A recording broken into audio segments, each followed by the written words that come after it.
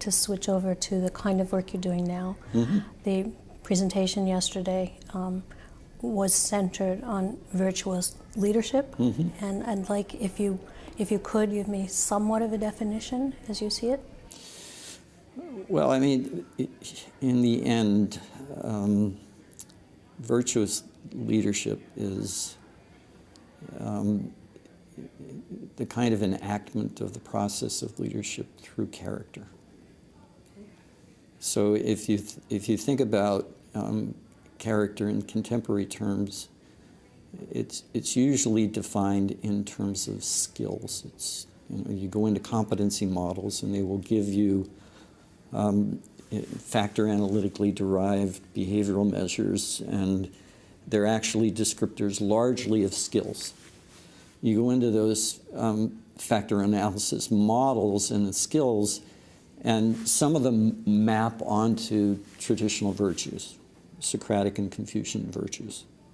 So again, dig historically, and contemporary models, which are sold as part of largely 360-degree review instruments, tremendous tools, not knocking them at all, but if you really dig back and say, okay, what were the first models of behavior that formal schools of leadership adopted? And they were adopted 2,500 years ago by the Chinese and the Greeks.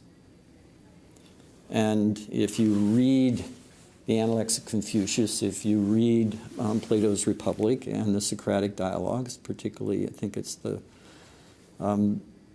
third volume of the Republic, Socrates basically outlines a curriculum for leadership.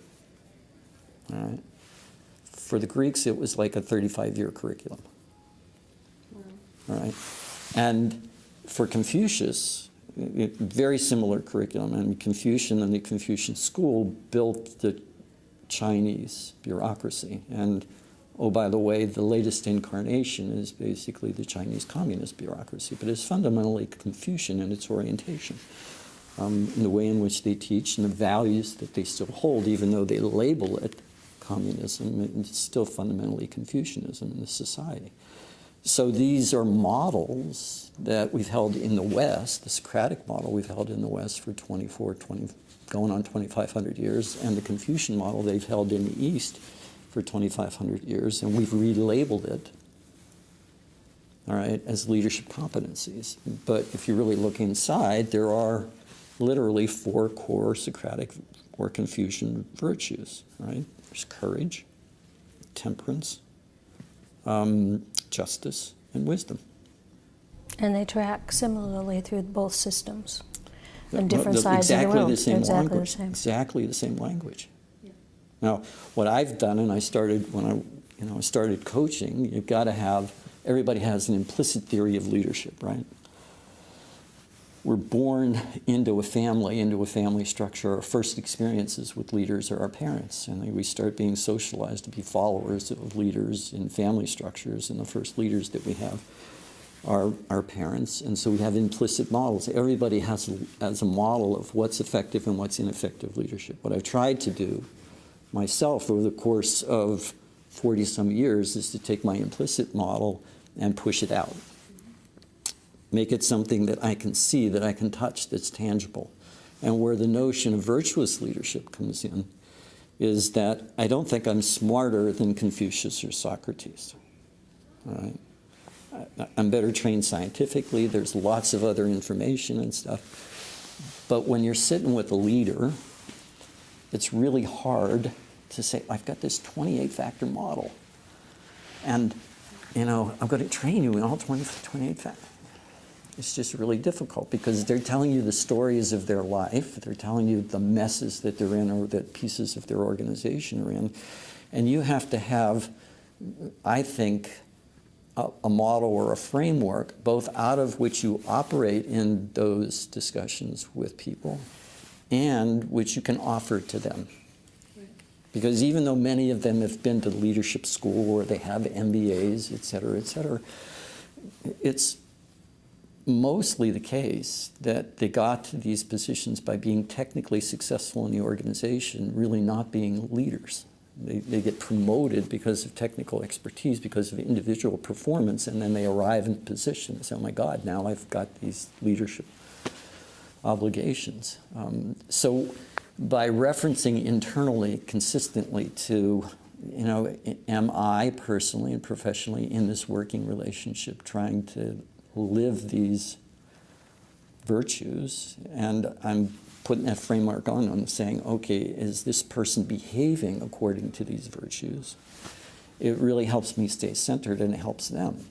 Sure. And so you take the cognitive end of the virtues, and that's really wisdom. How do you enact wisdom? So my definition of wisdom is that executive wisdom is doing the right thing at the right time in the right way for the right reasons.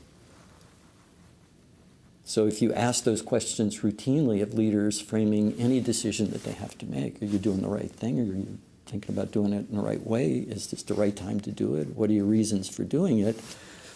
They get pretty smart about what it is that they do, and it becomes pretty clear inside a conversation or multiple conversations or a team conversation whether they're off track on one of those variables. Well, you do that routinely, what happens is their decision making is sharper.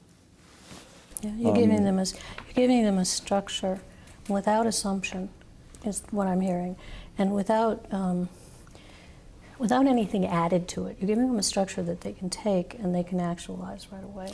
Well, and they build from it, and they understand it. They understand it. I mean, they understand whether they're stupid or whether they're wise. Yeah, and they know where they're in trouble and where they're not. And they do. And what you add as a coach, what do you add as a consultant if you're in the organizational space, is if you provide what the analysts or psychotherapists call reflective containment. All right, you build a geographic space where it's safe for people to, the door's closed, and we're just talking here, right? So the more confident they feel that it's safe to have those conversations, and the higher up you go in organizations, the more difficult it is to create safe space because of the politics. It doesn't get easier. The more power and influence it is, going to be much more difficult, much more politicized. Many, many more constituencies. Each decision becomes fraught with more complexity. Everybody looks up and says they got it so easy. They don't. That's why they don't sleep. It's why they're so unhealthy in so many respects. So if you create a containment in which it's okay to reflect, and it's okay to ask questions like, what framework for moral reasoning are you using to make this choice? What training in moral reasoning, what's your religious background, how do you think about making moral decisions, and you're faced with this, you stun people.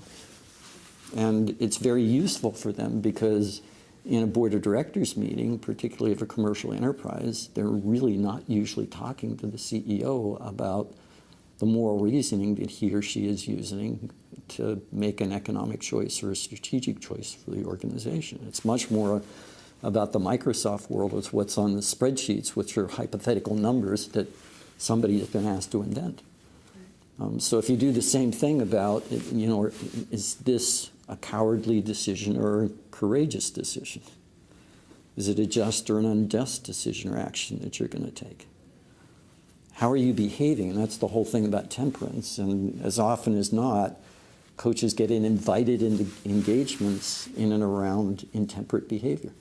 People who cannot regulate their behavior under conditions of provocation. So the model, which is 2,500 years old, all right?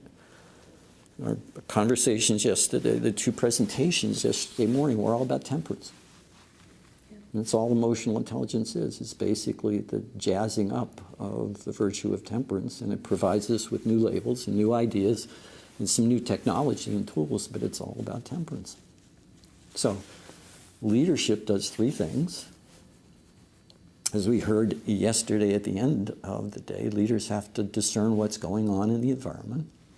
They have to make decisions or choices or enable the organization to do that, and then they have to take action. It's pretty simple. Hasn't changed, ever. Not going to change, ever. And do they do that in virtuous fashion, or do they do that in a corrupt fashion? And I think if you're coaching, and if you can keep those things, I can keep those 7 or 8 things in mind every day when I'm talking with somebody. It's hard for me to keep a factor analytic model in mind. But I'm having a conversation, a very deep, meaningful conversation that's often very scary to the person I'm having a conversation with, but it helps me stay really centered. Well, and it would occur to me that it's very scary to them. But most people, if they will come into depth in a conversation like that, can recognize somewhere in themselves how vital it is and how unusual an opportunity is, because it allows them to open to something different. If they are courageous enough, I'll use your word, to come into it. Yeah, I think that that's the case, and they, in my experience, they surprise themselves. Yes. You know, initially they come into it with like, you know, they're kind of hesitant because it is anxiety arousing what's involved in it. They have to expose themselves. And CEOs or senior leaders in organizations, everybody looks to is the answer people. But with all of the complexity, they're really the question people. And to the extent that they, with their teams of colleagues, can create spaces where everybody can say, we have these questions and we can talk about what we think are the answers, and we can go and conduct experiments, and we can hold each other responsibly, not harmless, you know, because in the end, leaders are expected to experiment more successfully than not. The organization is going to continue to employ you as a leader if you are consistently failing in the decisions that you make and the actions that you take. It just won't. Not going to happen, yeah. And you don't expect them. There are Darwinian elements, evolutionary elements in every organization, for-profit or not-for-profit. The organizations can die if they're led poorly. So there are consequences to leadership. Study of history is actually the study of leadership, what succeeded in leadership and what failed. It's threaded. I mean, human history, when you study it, it's basically about who the good leaders were and what they did and who followed them to do and accomplish what, and what the bad leaders did and what other people did to either make up for it or depose them because they were really bad leaders.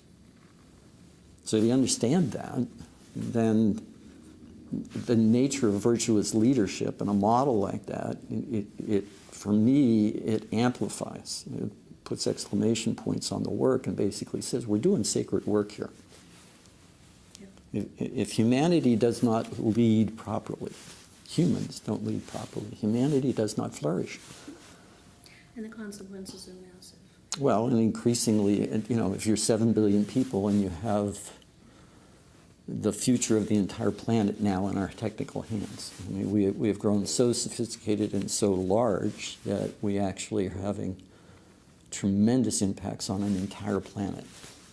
We've evolved to that point in time. We've got no true science or understanding of a species that becomes so successful in its evolution that it takes over an entire planet and has an environmentally degrading impact on an entire planet. The species can literally kill an entire planet. In the next 200 years in human history, we're going to see about this experience. You know, Jared Diamond's work in and around evolution and ecology and anthropology basically has said, you know, in the history of human civilizations, you have these, they grow and grow and grow, and then they reach a point in their environmental niche where the environmental niche and the civilization collapse each other. There's something in the civilization, a misreading and a misapprehension of what the environment will support, what the niche will support, and they fail. We're now, basically, humanity now has a global niche. There's no other place to go. So when I think about virtue, when I think about the kind of leaders that I'm trying to help people to be, the way I think about how I'm trying to conduct my life in that model, it is with those ideas in mind, that leadership is sacred, that the choices that people make are really meaningful, and they should have the opportunity to at least reflect on that in environments where it's safe for them to question themselves and ask really important questions, not just the technical questions. What's this going to cost? What's the potential benefit? Who's going to make money on it? Is this really wise? Is it moral? You know, is this a courageous or a cowardly thing to do? And our leaders need to be asking those things more forwardly. So that's what the book is all about. Absolutely fascinating. I really appreciate your time. No, thank you. And It's the been a really clarity good of chat. the clarity of the explanations. Thank you.